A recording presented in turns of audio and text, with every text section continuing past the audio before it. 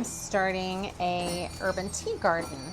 And my urban tea garden is basically done for the purpose of doing exactly that. Having herbs that I can make teas out of, having herbs ready that's closer to my house so I'm more apt to use them in the kitchen, but also for medicinal purposes. I have a lot of friends that have started doing more medicinal things, and I really want to get into that and try that, and I dehydrate and dry those things. So today I am doing some flowers as well. I'm doing a French and a Russian tarragon, and I'm trying again on my purple passion flowers, and I am seeding some carnations and comfrey, which I don't know a lot about comfrey except for that it is really used as an anti-inflammatory and in the garden, and it is really starting to blow outside. Welcome to Grow It Anyway,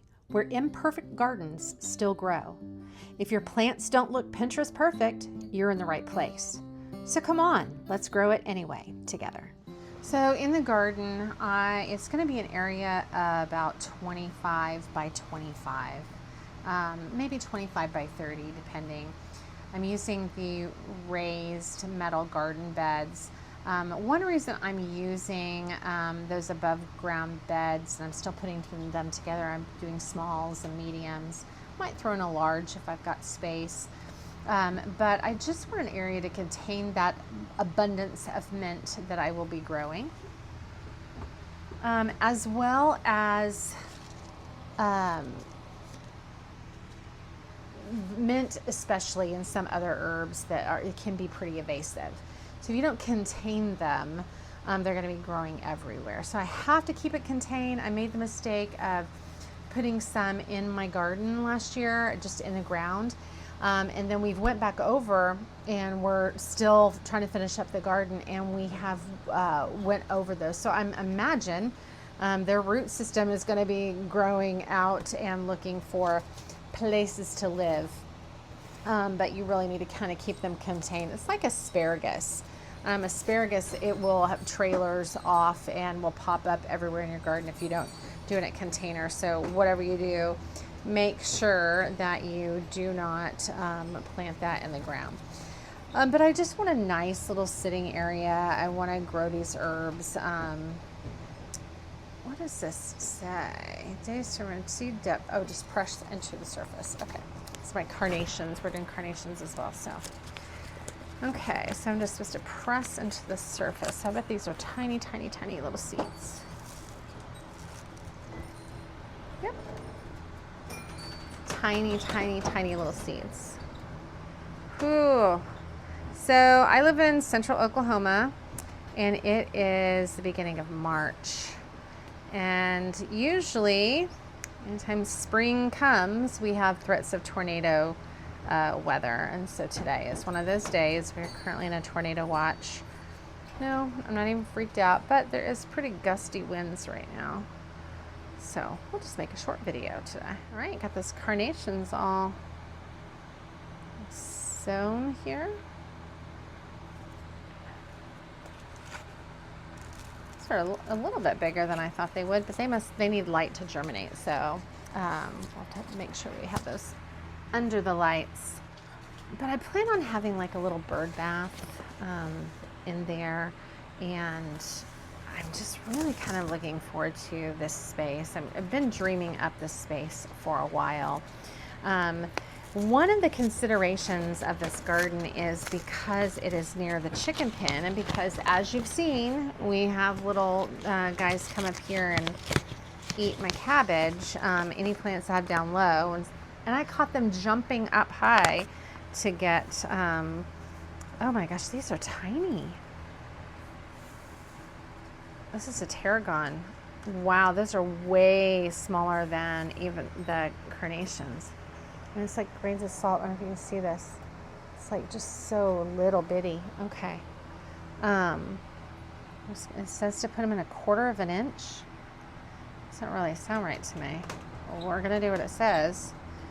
Some of these I'm gonna just kind of leave on the surface and maybe just do a light sprinkling maybe some coco coir. I'm gonna take some coco coir and just put it over the top. Get this other one in.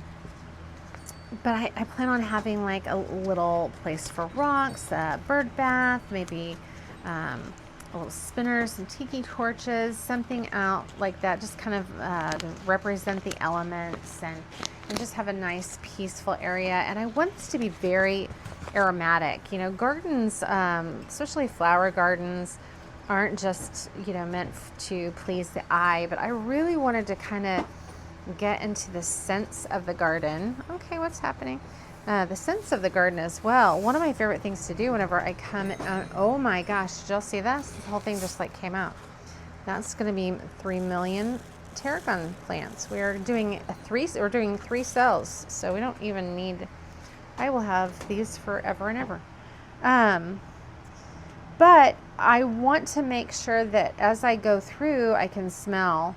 And one of my favorite things, as I was saying, one of my favorite things to do in the greenhouse is go by, and you see me, I will run my hands over it, over the plants, and just even the tomatoes, just the smell, you know, moving it around. It's just the smell of my rosemary and my lavender, and even my onions and tomatoes. It's just so pleasing to the senses. And so we're trying to get a 5 sense garden going on. It's pleasing to the eye, it smells good, there are different textures. So yeah, I'll be making it some more. I'll try to get a video for you tomorrow, a shot of what I've started. So it's the very beginning. And we're gonna have to do fencing because it's near the chickens. And and not just any fencing. Chickens can jump up on a railing and then jump over. Or sometimes they can just fly over. My chickens aren't big flyers, but they are jumpers, and they will love to, you know, fly up on something and jump over. So I've got a picket fence that just has the spikes sticking up that they will not even attempt to. They might try to go over it, and maybe they will.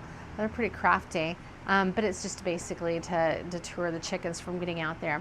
Chickens love herbs, and chickens need herbs, and this is not a chicken video by any means. There never will be, I don't believe. But you really do have to protect your plants from the chickens, especially if you've got a garden in their proximity. Even the one down below, when we free range them, they love to get into and they will decimate a garden. I mean, they're great for cleanup, but we have deer fencing that's going to go around our vegetable garden this year, and because we had it last year, and had we not done that, the chickens would simply have not stayed out and would have just destroyed everything. So, all right, we're going to put some coco coir over the top of this tarragon. So it said 1/4 inch, and we don't believe it. So I'm just going to kind of just be very sparing with it. And then I am going to just press this down into the cells. We've got a French tarragon and a Russian tarragon. Push those down, make sure there's good contact. And there we go.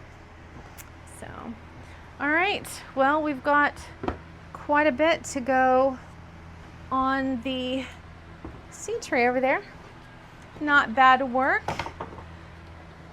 I've got to plant up more tomatoes, but yeah, this is some more goodies that are gonna go into the Tina garden. Thanks for joining me today, and I hope you enjoyed our little chat. I'm gonna go in and hopefully not have to go to the tornado shelter tonight. But listen, I've never grown any of these things from seeds. So, but you know what? We don't know what we're doing, but we're still gonna grow it anyway. Thanks. See you next time.